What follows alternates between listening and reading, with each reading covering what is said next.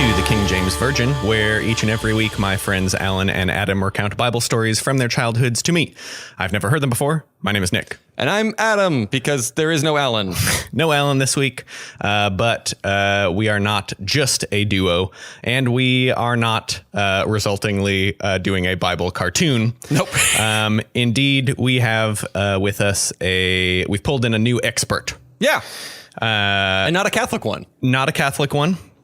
We have with us Will Frey. Hello, Will. Hello, Nick. Hello, Adam. A little bit disappointed that I'm not going to get to be part of a Bible cartoon, but that's cool. Go ahead. No, it's possible that we'll rope you in for one eventually, but okay, great. It got dark near the end of that series. Yeah, I was going to say, Will, do not be disappointed. It sounds like a novel idea until you've done 4 of them. Yeah, that 5th one especially was the cherry on top. Fair enough. So, Will, you're here as our guest expert. What the hell makes you an expert? Oh my gosh, that's a great question. I went to, I got my master's in theology. Okay. And I got my undergrad in theology and biblical languages. Mm-hmm. I've logged a ton of church time. I feel like I'm giving my religious resume here, by the way. I have references if you want. You can talk to previous employers, etc. So I was in it to win it. I wanted to be like a pastor for a while. This is all in the Seventh-day Adventist tradition, by the way, which pretty sure I share with you, Adam, and also with Alan, who is not here. Yep. So I'm definitely not Catholic, because Catholics were scary to me. Right. Yes, up. They're the enemy. Okay, we can get into that. I love Catholics now. My dad is also Catholic, so that was pretty awesome. So yeah, those are some things that make me an expert. Okay, great. And I should say, Will and I I met Will in college, mm-hmm. and then we've been, basically friends ever since. Weirdly kind of moving sort of together back down to California, or down to California, back up here and around. So we've known each other for, almost as long as Alan and I have known each other.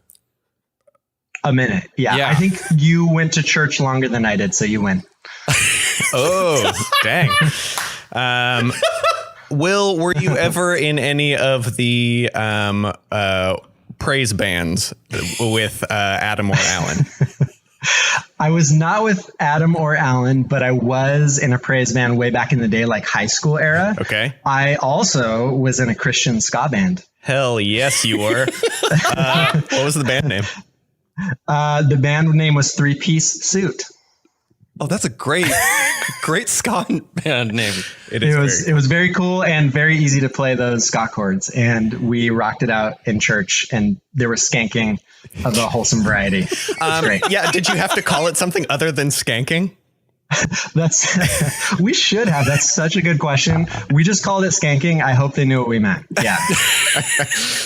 And so you were a pastor? I was a pastor, so I didn't make it to full pastor status. Okay. So basically the deal is you usually start as an intern pastor. Okay. I was an intern pastor. And then if you stick with it, you go, in this tradition, you go to associate and then senior pastor, or you specialize into youth pastor or adventure pastor, or I don't know what all the other ones are. Hold on. Adventure pastor? I did make that one. Okay.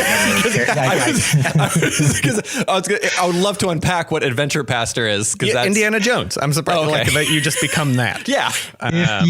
Yes, exactly. So I was intern pastor, but then I switched it up and was okay, well, I'm going to be a professor, biblical studies. And then I gave it all up at some point. But that's kind of where I ended up. Okay. So you may or may not know, I know nothing about any of this. So what is the difference between a pastor, a priest, and a preacher? These are all the same things to me. That sounds like a setup of a joke. I don't know what the punchline is. So typically that has to do with, so pastor and priest, are different, and that has to do with the denomination typically. Okay. So, for example, Catholics, my former enemies, current friends, they have priests. So you're a Catholic priest. Yeah. Protestants typically have pastors. A preacher is like a more casual term for a pastor usually. Okay. I also feel like you don't necessarily need any sort of qualifications to be a preacher other than you are up front talking. Like preaching, you could be just like a random person preaching. It's a good call. Priests have to legitimately like give up sex for life and like know a bunch of stuff and go through a bunch of formal training. But you're right. A preacher can kind of like read a few things online, get to know the Bible a bit, get up front. And if, a passionate young man, usually young man, unfortunately, not woman, can make a go of it. Yeah. And so if you don't mind my asking, you're not a pastor anymore. Correct. Correct. Why? What happened? Oh boy. So many things. This is like a complicated question for me to answer. I've never had a simple answer, but I'm gonna try and make it simple so it's not like super boring. So basically I went to college. Early on in college, I started studying like original Greek and Hebrew and really digging into the Bible and learning about history. And I was like, what? You mean there's different ways to interpret this stuff? And so I was kind of like, but I dug it. I was like, my mind was kind of being open, but I think that was the beginnings of some doubt creeping in. Okay. And then I was kind of able to like push that doubt down and like sublimate it by going, well, I will just teach this stuff and I'll get all academic on it. Okay. So I just kept down that path, but I feel like my doubts kept expanding the further I got into that world. As my world expanded and I learned more things and facts about the history and original language and stuff like that. But really, like, my opinion is we're like social creatures, and probably my journey was more emotional, social than academic, although that played a part. Yeah. The big punchline, which I'll skip to, is I struggled so damn hard with, I think what we're going to talk about a bit today with this concept of sin. Great. And like, am I good with God? Am I not good with God? And then later was like, well, does God exist? Does God not exist? Like all these questions so much that it was like the opposite of feeling peace, which was what I felt like Christianity promised me. Right. And so then when I gave up the question, I was like, now I feel peace. Okay, I'm cool. So like that was my emotional internal thing that kind of led me out. So there's a jumble of things about kind of how I exited. I mean, I appreciate the journey.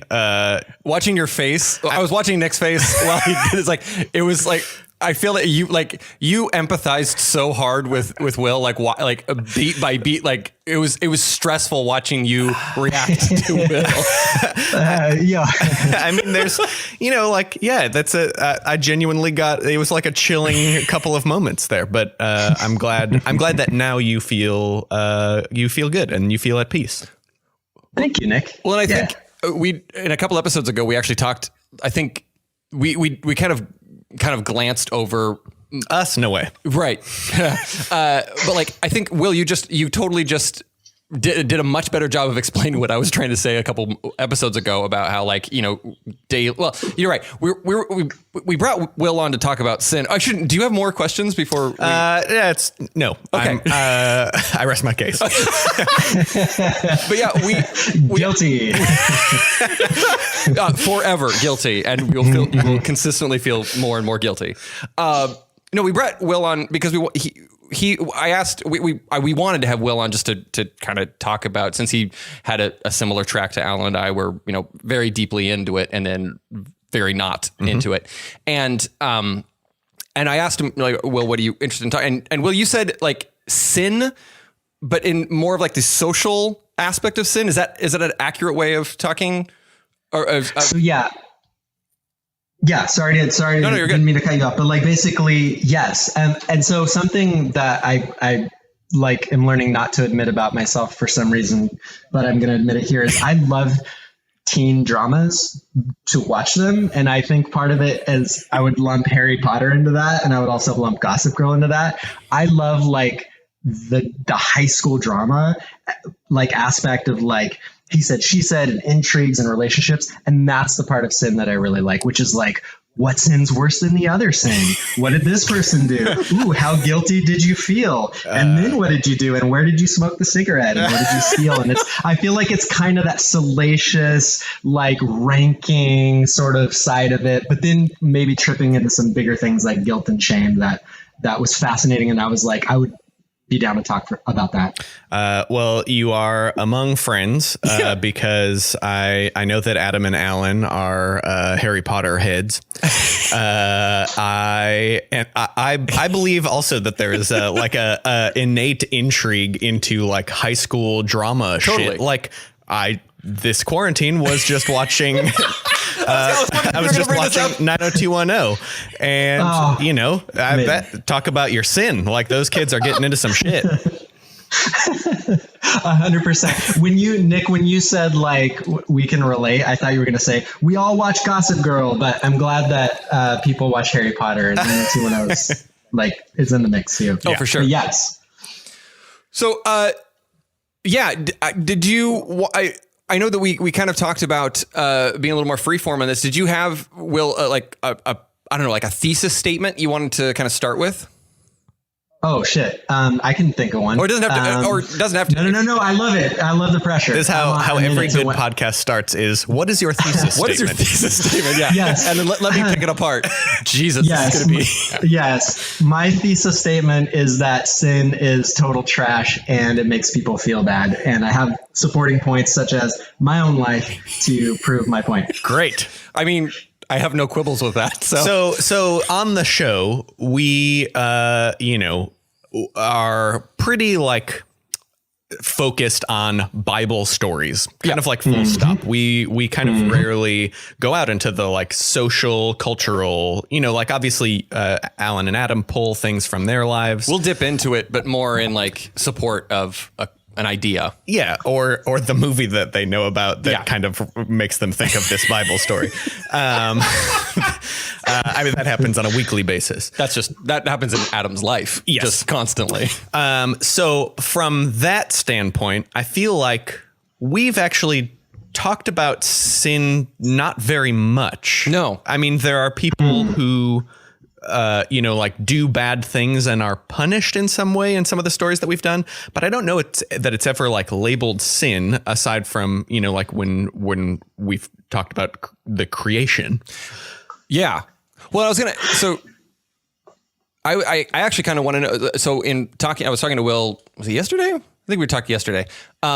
Just about like, I don't remember a time before sin was a concept just floating around like breathing. Like it was just a part of my life. And it's only, recently that I've started dismantling and realized like, oh, this is a construct that other people built around this religion. Growing up a religious, Nick, did you have a concept of like cosmic right and wrong that if you what was like if it, as a child would the concept of sin, what was the concept of sin, I guess is so I think that it was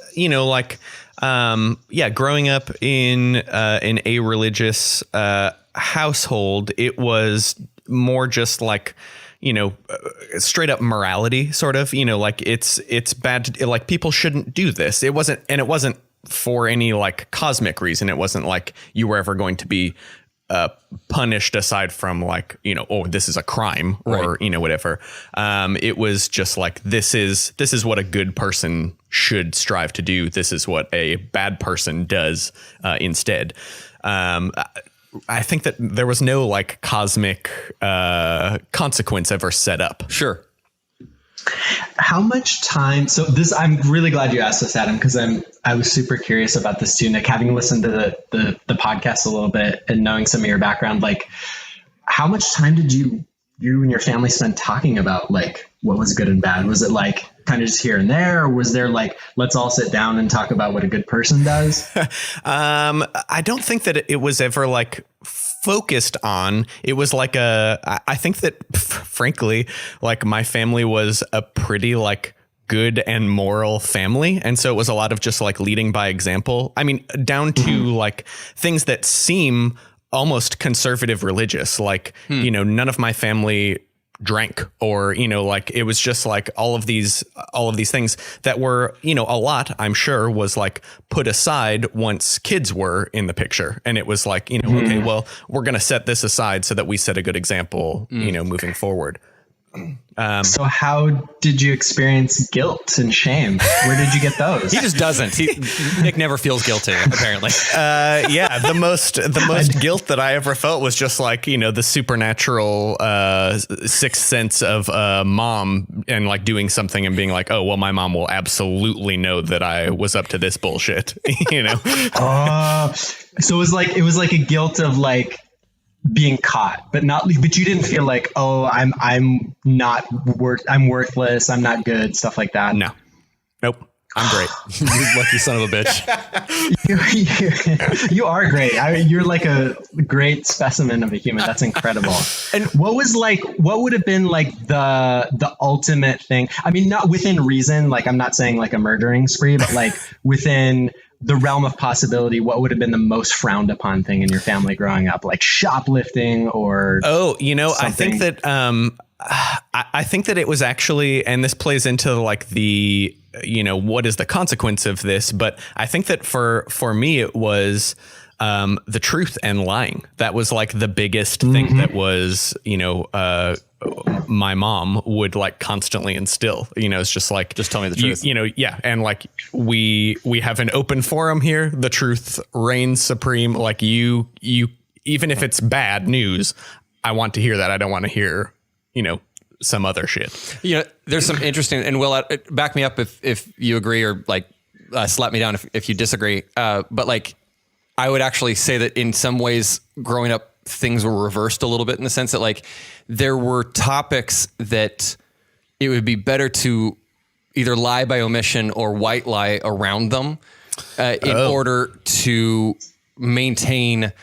In some cases, it was just like maintaining the appearance of like quote unquote godliness for the church. But then there was also like topics that like I just didn't like. We didn't talk about. I'm thinking specifically like around like masturbation was like we wouldn't talk honestly around like there were so many topics that we could talk, and sex in general I could talk with my parents about, but like masturbation was one of those things where we never really talked honestly about it. I see. Well, would you agree with like the white lie? Not necessarily the masturbation thing. That might be a very Adam specific thing, but like would you agree with the like of white lies or like omissions? Being like lying was nowhere near the top of the sin pile. So yes, first of all, yes, masturbation is just a you thing. Okay. You're the only one. Just want to confirm that. No one else does globally. Nobody else in the world ever. Okay. Fair enough. I don't even know. I had to look it up while you were talking. I'm shocked that you would. You know, but I apologize. But yeah, I think Urban Dictionary. Like, by the way, Urban Dictionary for the rest of you, if you need to figure out what I'm talking about. Yeah, totally. They also had some very other colorful terms for it. But like, I think I know what you're talking about. Lying was a big deal in my house. Okay. And so I think I get the white lies. What I'm resonating most with is this kind of like there are these black box topics where it's like sex before marriage bad, but we don't open that box to talk about masturbation or, wow, you have a boner because mom's Cosmo came in the mail. Like we don't talk about, that wasn't me, by the way. One of my brothers, but somebody like, we didn't talk about any of that stuff. So yeah, there are definitely issues that we would skirt around.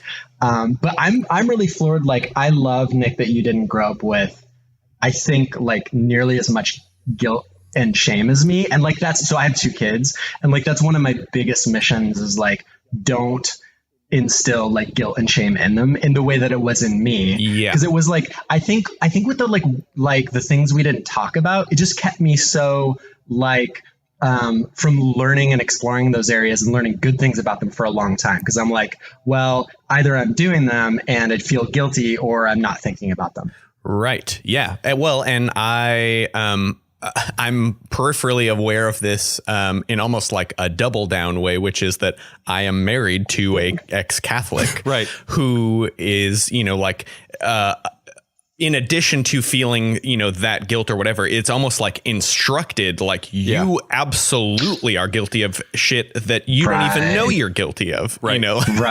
Right. Yeah, that's crazy. Also, oh man, two things. One, since you had no guilt and you were so free, how many times did you sit down as a family to talk about masturbation? That's my first question. And then my second. Go ahead. No. Go for it.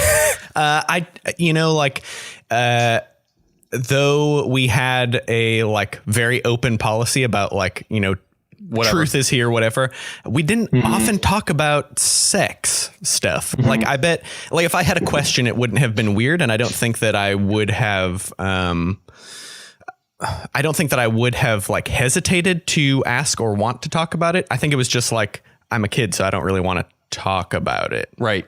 As you got older? Right. I don't even think then. No. But there wasn't a specific time your mom was like, hey, you're getting to 12, 13, 14, we should.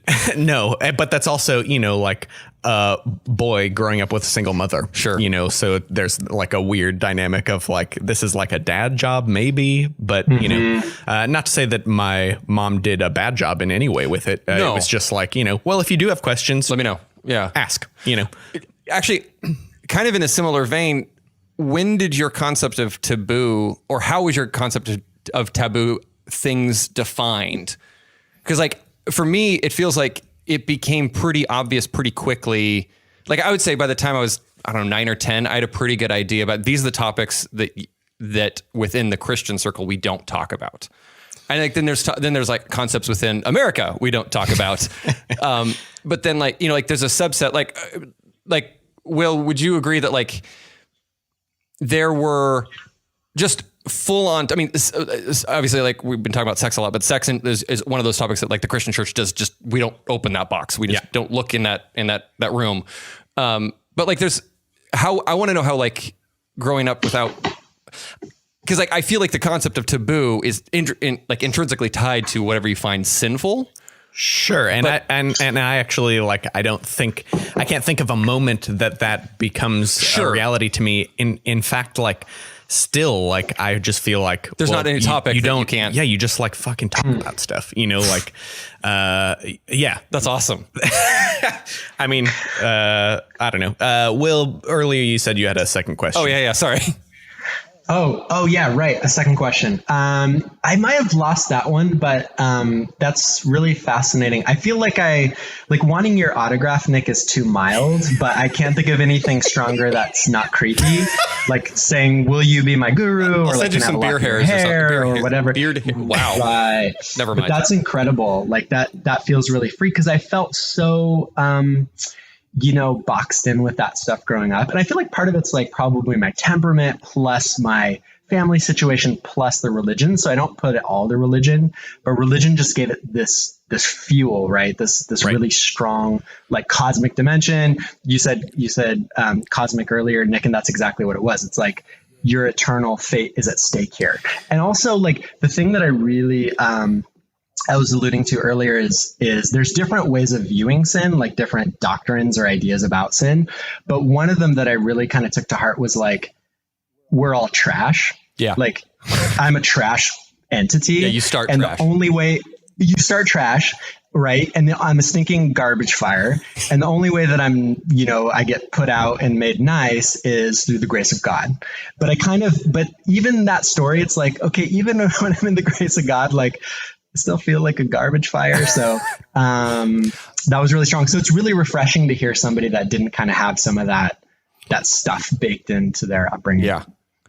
Will, was there ever a time that you can remember in your childhood that you felt cosmically safe? And I mean that in the sense that can you point to a portion of your life or even a moment where you've actually felt I feel secure in my existence in perpetuity?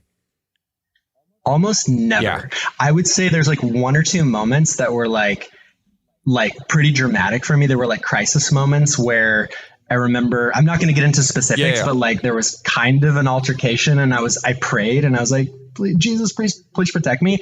And I felt the presence of Jesus, he showed up and helped me. Well, and in that moment I felt totally safe. Yeah. And there's probably one other one like that. But just sitting around, you know, on a Thursday with a boner, no. Like I never, or Wednesday, Friday, usually not. How about you? Yeah, no, it was like a couple episodes ago. I don't feel safe. How about you? Right. No, and that's the thing. It's like I remember like having these long, drawn out, dramatic conversations with my parents. It was mostly in my teens when the dramatic conversations were, but like, or even earlier as a child, like I always like kind of to your point is, you know, you start out as a dumpster fire. Like I was never secure in my salvation and my cosmic safety was always up for grabs. And just like, I don't know, I feel like that has to have some sort of, you know, lasting effect on your psyche. Yeah, probably. Right. Right. And what was your definition, like working definition of sin? I mean, you know, it's funny looking back, like I think my pat answer would be anything that makes Jesus sad. Like that would have been like the like simplistic version, but like in all honesty, like it was probably more anything that would make my parents sad. Like that's kind of where, because that was a more pragmatic measurement. Because I mean, part of the like existential cosmic concern was that I didn't know what metric Jesus was going to use to go like, you're a bad person.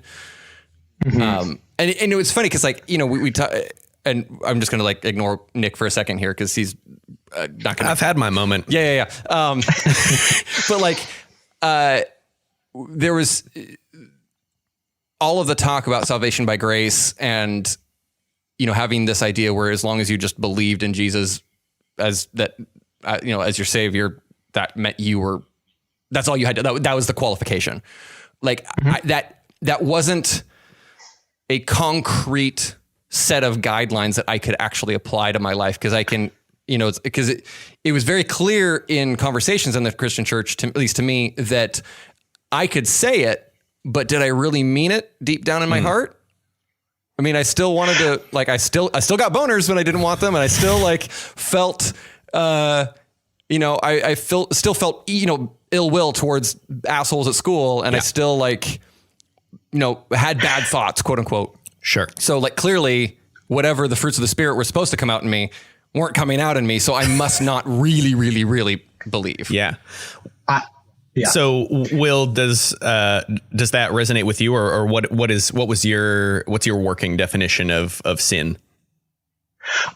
That resonates so hard. Like I'm my heart rate went up. Sorry. Like I'm so with you. Like that question earlier when I was talking about like, I just didn't, I was never settled. Yeah. Never had a sense of peace. It was about that. Cause like it is the premise in a lot of Christian traditions is you're saved by the grace of God. And what you do is acknowledge Jesus as your Lord and Savior and basically give your heart to Jesus and then follow Jesus and you're good. But you don't know that's in a way, that's such a subjective thing. Right. And I was thinking as you were talking, like, I love how concrete a pregnancy test is, right? It's like 1 line or 2 lines. And it would be so nice to have like a religious like version of a pregnancy test where if I could just pee on something or bleed on some whatever it is, and then it's like 1 line, I'm good, or like 2 lines, whatever it is. But yeah, I totally resonate with that. It's true. We've not talked about a single religious ritual where we've anybody's peed on anything. Which is kind of surprising. No, it's kind of weird that urine doesn't really figure highly in the Christian tradition. It doesn't. And like I was thinking about this earlier, the sort of geeky part of me, I mentioned that I studied some stuff like one of the models of sin that I really like, which let me qualify that. Not that I really like, but that I find fascinating. There's this idea of sin that revolves around purity, and it comes from the Hebrew Bible, or as Christians call it, the Old Testament. And that's so I think we were like the thing about nobody peeing on anything. Right. I suspect that's a purity thing because nobody's taken a dump on anybody else either. I don't think. And yeah, so. Sure. Well, that's that whole portion where like Abraham takes a dump on his son because God asked him to, right? Like, that's a thing, right? Right, I totally forgot about that. Yeah. That's all apocryphal stuff. No, that's There's the dump chapters. the dump chapters. the missing dump chapter. Yeah, it's about all That's where the scat man dumps. comes from. Is actually right. The scat man was on the ark, and he and like was his job to deal with all the scat because it was crazy. Yeah. But get that. Gotta get that deer poop. Gotta get that elephant poop. Whoa. Do you know, I can't decide if I love you more because you remember Scatman or less, but I'm gonna go with I'm gonna go with more. All right. Fair enough. But yeah, like purity. So like a bunch of stuff. So like if you think about your body and the basic things you need to survive and control, it's like eating and sex, and defecating is definitely there. So if you get into like your hardcore like Hebrew Bible stuff, like your Leviticus, your Deuteronomy and stuff like that, a lot of it's around purity. So I suspect that there's no pee-pee because it's impure. So you get away from the holy place, go out into the desert to do that. Right. But working definition of sin, I think I would have told you when I was in the thick of it that it was like turning away from God. So like distance from God. So more of like there's a sphere of holiness in the universe. And when you choose to do certain things, you're turning your back and purposely walking away. That would be my thing. And that's like, that's a very active choice, right? Like, so you can't like passively be sinning, or can you? Oh, that's such a good question. Yeah. You can, because I think that it's a little bit of a gray area in some Protestant things, but like if the baseline is garbage fire, then like at some point there's a call, like when you're, especially in Adventist tradition, and some other traditions, there's no infant baptism because there's a lot around like you get old enough to make a choice and be an agent. And so you experience a call where in your heart, you're like, ooh, I'm being called towards the light. So towards that sphere of holiness. And so you do have to actively walk into the light. And there's this like thing. Oh, I can't believe I'm saying these words. You guys, I'm going to blame. It's fucking weird, right? I feel like I need a shower, but I'm going to go ahead and say it. So like there's justification, which is like, you're a garbage fire, but now I'm justifying you to be like a treasure. And then there's sanctification. And that's like, you're already the treasure, but now you're going to keep getting awesomer and awesomer and shinier and shinier. And so like, there's a really active motion when you're in the sphere of God. So I think you can't be passive. Okay. So I think like on the conveyor belt of life, if you just sit there like at Blue Sea Sushi, you're going to go around into the sin kitchen. The sin kitchen. But yeah. And then, but if you, so you have to actively like walk into the light. Yeah. Amazing. So, and earlier, when you first kind of brought up sin and like this idea of the like more social element or like cultural element, you were talking about like, you said something about like rankings of sins and like what's on top. Yeah. So like, is that a biblical thing? Is that because I presume that there is, like even when you were talking to me, like, murder, like that's kind of you don't want to do that. That's a pretty bad one, but is that, are all sins seen as sins? Is murder equal to lying? Like de facto, like, oh shit, you've done the thing, you're going to hell no matter which one.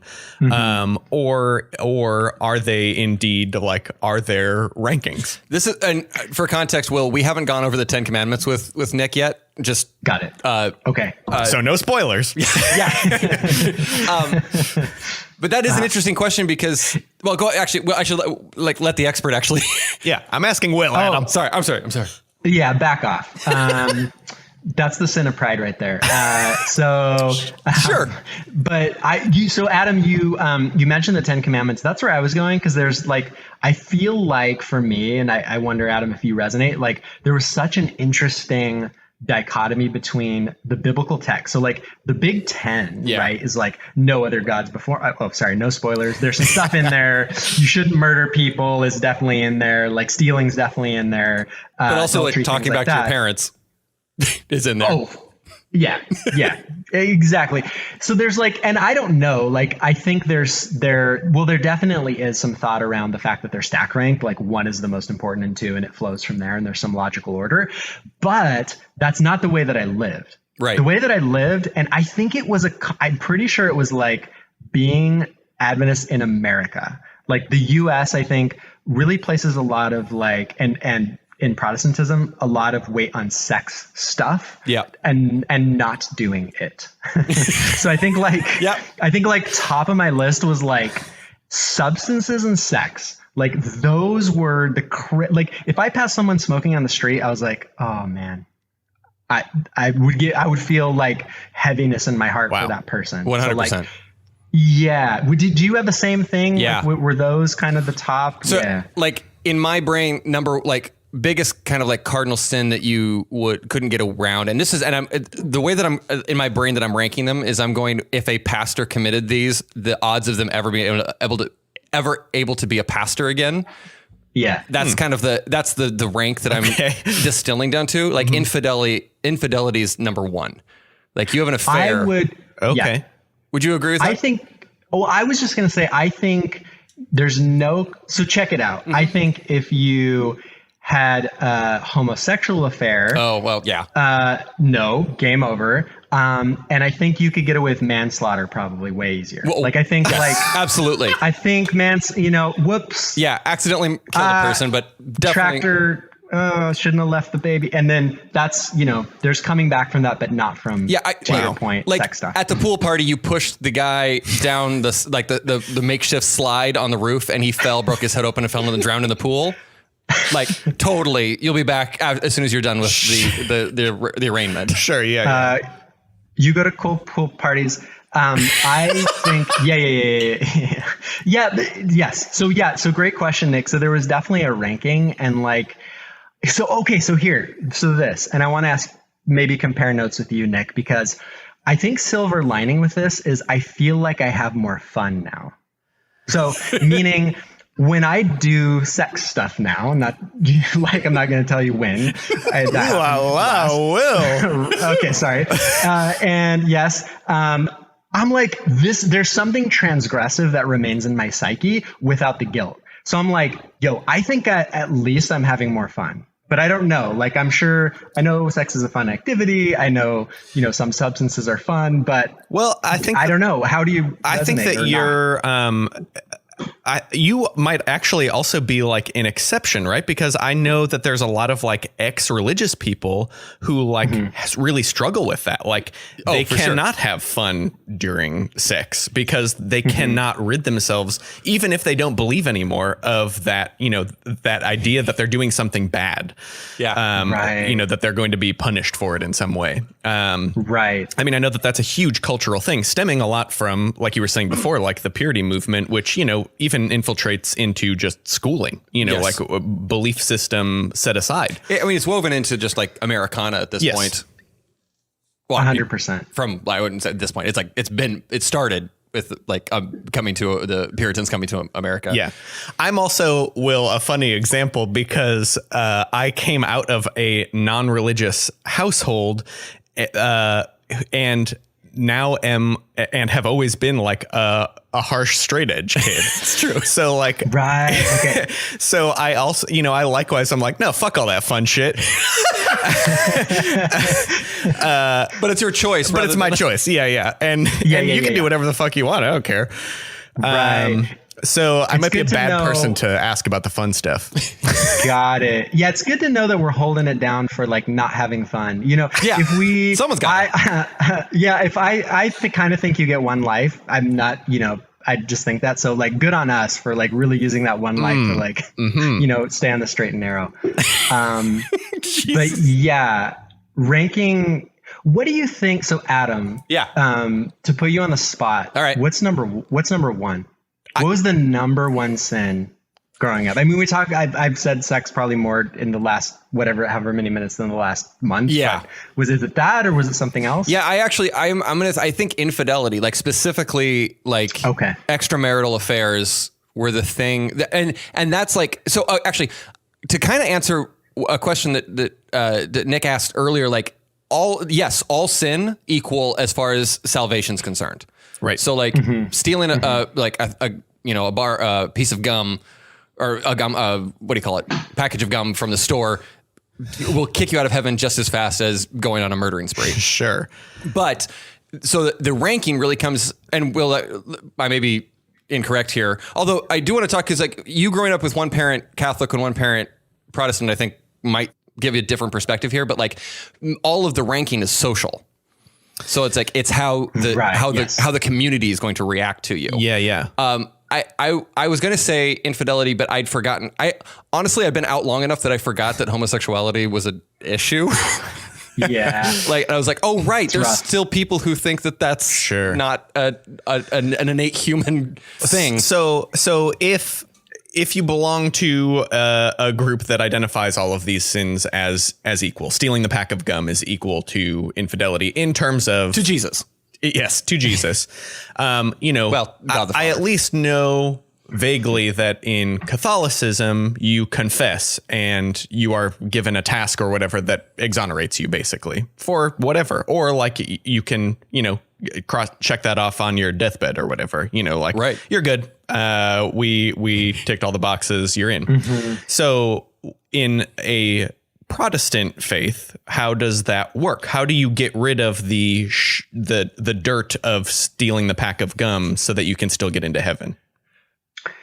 I feel this is another area where you have to use your heart, which is difficult. And it's like, I don't know. Yeah. Like, I think what you have to do is basically you confess it to God and ask for forgiveness through prayer. And if there were any like relationships broken or consequences in the real world with other people, you do your best to make it right, as sort of like showing an outward expression of the interchange. But it's all about that interchange happening, which I think is tougher. And I think it's, I know what you're saying about confession, and because half my family's Catholic, like in Catholicism, there are venial sins and then mortal sins. So they kind of rank them like, yeah, these ones not so great. These ones you're damned. And I have a bit different perspective than you, Adam. I think when I grew up, there was a bunch of sins that were kind of equal, but then there were really, really bad ones. And those would be like your murders, possibly your adulteries. Unfortunately, stuff like homosexuality was in there too. And then there's this crazy verse, I can't remember where it is, that's like, it's like talking about some sins like blah, blah, blah, blah, blah can be forgiven, but sins against the Holy Spirit can never be forgiven. Oh, it's not exactly that. No, this does sound familiar. Yeah. And we were always like, what is that? Right. Like there's something, but it was a mystery, and like there were different theories. And so like if I would really mess up, I was like, oh no, like, is this the one? Right. Did I piss off the Holy Spirit? Right. And so that was truly a big question mark. Like that was never like, well, do you remember it's early in episodes where like I talked about how we're like, we were talking about like playground stories where we'd heard from a friend like this like chain that there was a guy who had like while drunk flipped off the sky and yelled "fuck you, God." I was like, gonna bring up the you flipping off the sky thing and seeing if anything happened. But like that would have fallen under the like sins against, sure, I assume. But do you remember this? Like, no, I think this is some Northwest Dave inspired. This is some flannel wearing stuff. I was down in Southern California, and no, we had our big thing was like, and I think this was more widespread. Like, you turn off the lights, you're in the bathroom, and you spin around 3 times, and I think you say something like Hail Mary or something like that, and then like the devil appears. That was our thing. We didn't have flipping off the sky. I mean, but I do. So like, like Ouija board, call it like doing seance-y type shit. That was sins against the. We didn't have flipping off the sky. I love it. No. We were super respectful to the sky. Yeah. We flipped off whatever mountain ranges, the ocean can fuck off, but no sky. But no,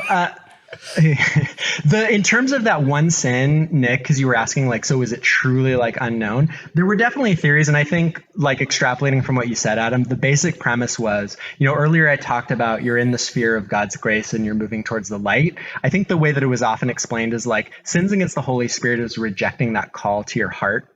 where you say a final no to God and turn away from God, and you kind of like snip the cord yourself, and it's active, and that's what it is. But I never believed it. I was like, yo, this sounds though like it's more specific. So for some reason, I didn't buy the big theological answer. I was like, no. The Bible loves lists, and it just listed some stuff, and there's got to be something there. So I don't know why.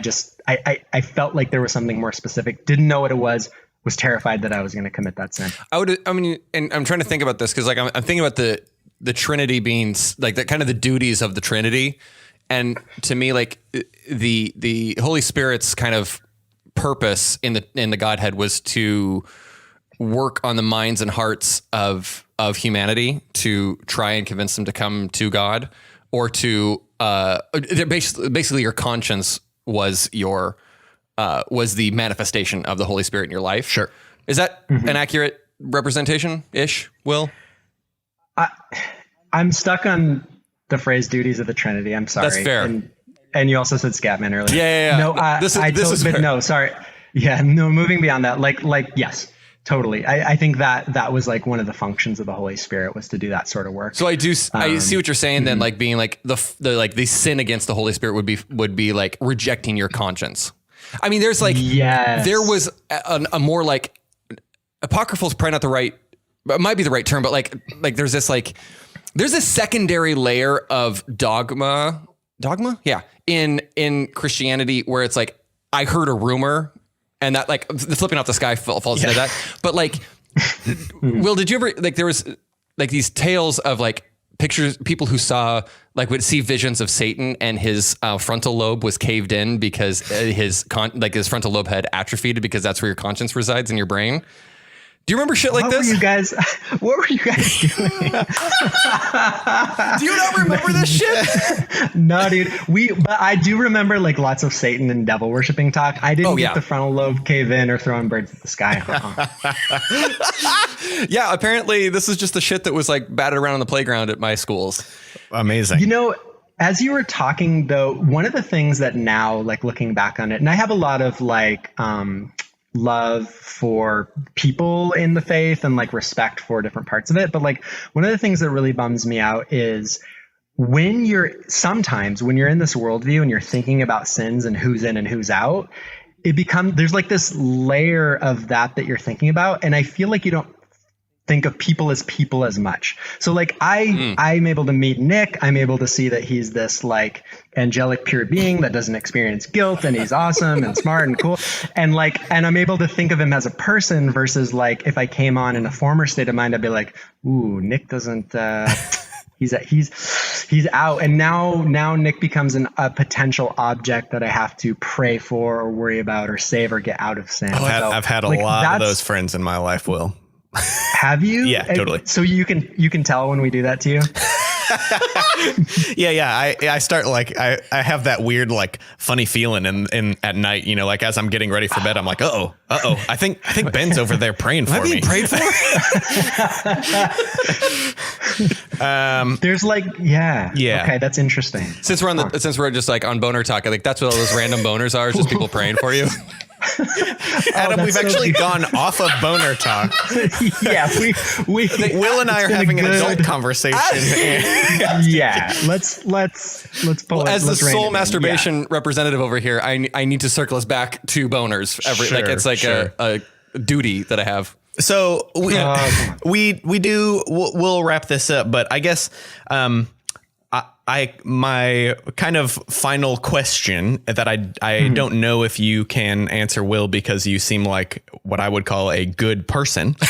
But I mean, if we take all of this at face value and like you both are feeling guilty and shameful all the time for doing, you know, human activities, what is the rationalization, or how do bad people then hide behind religion? Because, you know, you are in a congregation, presumably with a bunch of other people who should, quote unquote, be feeling this shame and guilt, but that's obviously not the case. Like there are, we can see there are people in conservative faith who do bad things. So how do they do that, and how do they justify it under the umbrella of religion? Ooh, if you want to take this one, I don't. Cool. That's a grown-up question if I've ever heard one. Yeah. So I would let me try it out with two answers. Okay. I'll give one answer from the perspective of like, if I travel back to religious will, let me give that answer. And then I'll fast forward to now to just me in the world. Great. And then give that answer. So religious will would have said, I think one of the cool tricks, especially in Adventism, is you can go like kind of conspiracy theory, and the Adventist conspiracy theory is called the Great Controversy. Yep. And in the Great Controversy, which is a struggle between good and evil, there are lots of bad guys, Catholic Church being one of the key bad guys here on earth. And specifically the Pope. Oh yeah. Yeah. The Pope, his hat, and the whole thing. Yeah. And so, in a conspiracy theory, there's always people on the inside that have infiltrated that are working for the opposition. Whoa. Right. So it's like, so within that context, it's like, of course there are bad people in the church. That's part of the apostate church. That's part of the devil's tendrils that have crept in and corrupted inside of the church, and it's part of this conspiracy that's part of the forces of darkness. Whoa.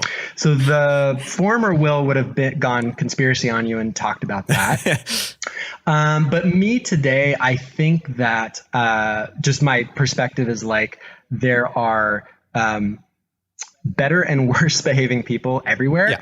Religion gives especially powerful forms of rhetoric that you can use, and like both internally and externally. Like we talked about purity and how like core a lot of the religious doctrines are to like just stuff we have to do, eat, have sex, like very basic.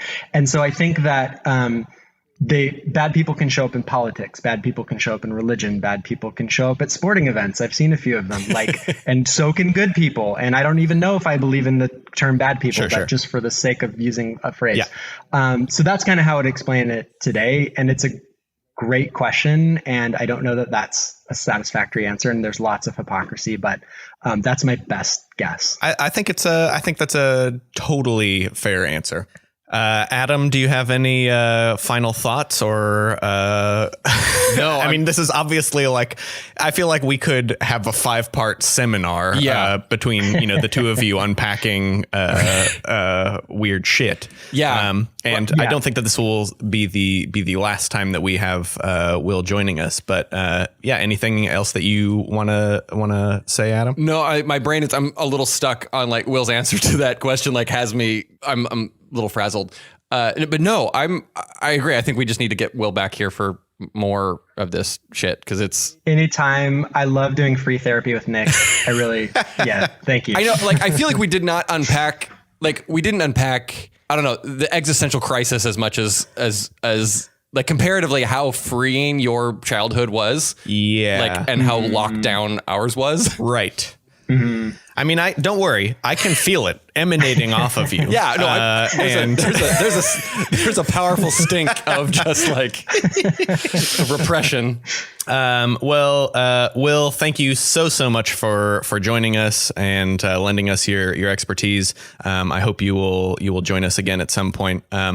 Is there anything that you would like to promote in any fashion? Anything that the world should know about, or social media if you want to do that? Oh, cheers. Thanks for asking. This was a ton of fun. Thanks for having me. I just want to promote this podcast. It's awesome. Nothing other than that. Well, you heard it here. If you do one thing, listen to this podcast. Yes. That's right. Awesome. Thank you, Will. Cool. Thanks, guys.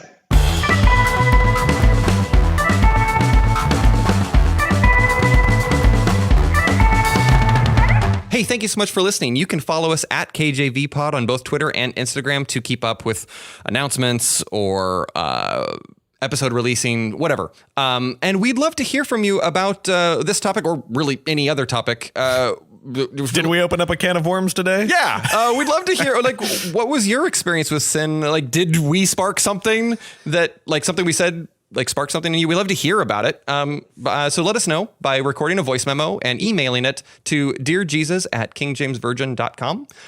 Thanks to Mascaras and Resurrection Records for the use of our theme song, Kexadi, off the album El Moran. And this week's Resurrection Records artist is Father Gregory, which seems appropriate given the semi-Catholic. So. Yeah, totally. You can find links to these songs, to stickers we've got for sale, all sorts of stuff on our website, kingjamesvirgin.com. Have you ever noticed that I sound like I've never read that line before in my life? Yes. That line specifically. Sometimes it sounds like you've never read before. I mean, no, not wrong. No shots fired. No. You are a dramatic actor. Thank you. But your table reads are a little like. I'm a fucking terrible out loud reader. Fuck me. Can't speak either. So I'm a bad mouth user. Bad mouth user. Sorry. kingjamesvirgin.com. That'll do it for us this week. Until next week, don't be a shitty person for no other reason than not being one. Yeah, just don't be a shitty person. Sandy, don't worry about it. Nobody's watching. Sandy, what's the matter with you?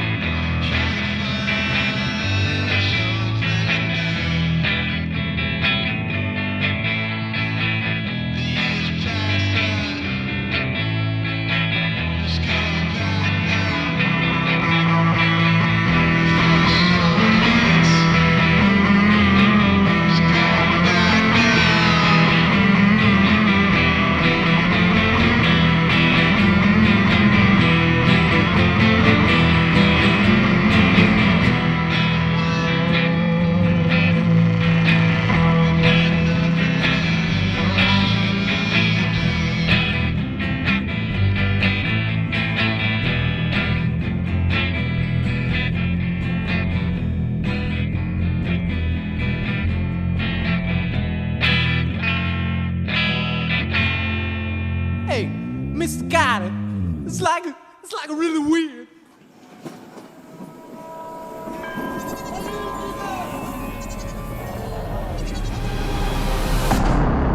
Produced by Sonic Bazaar.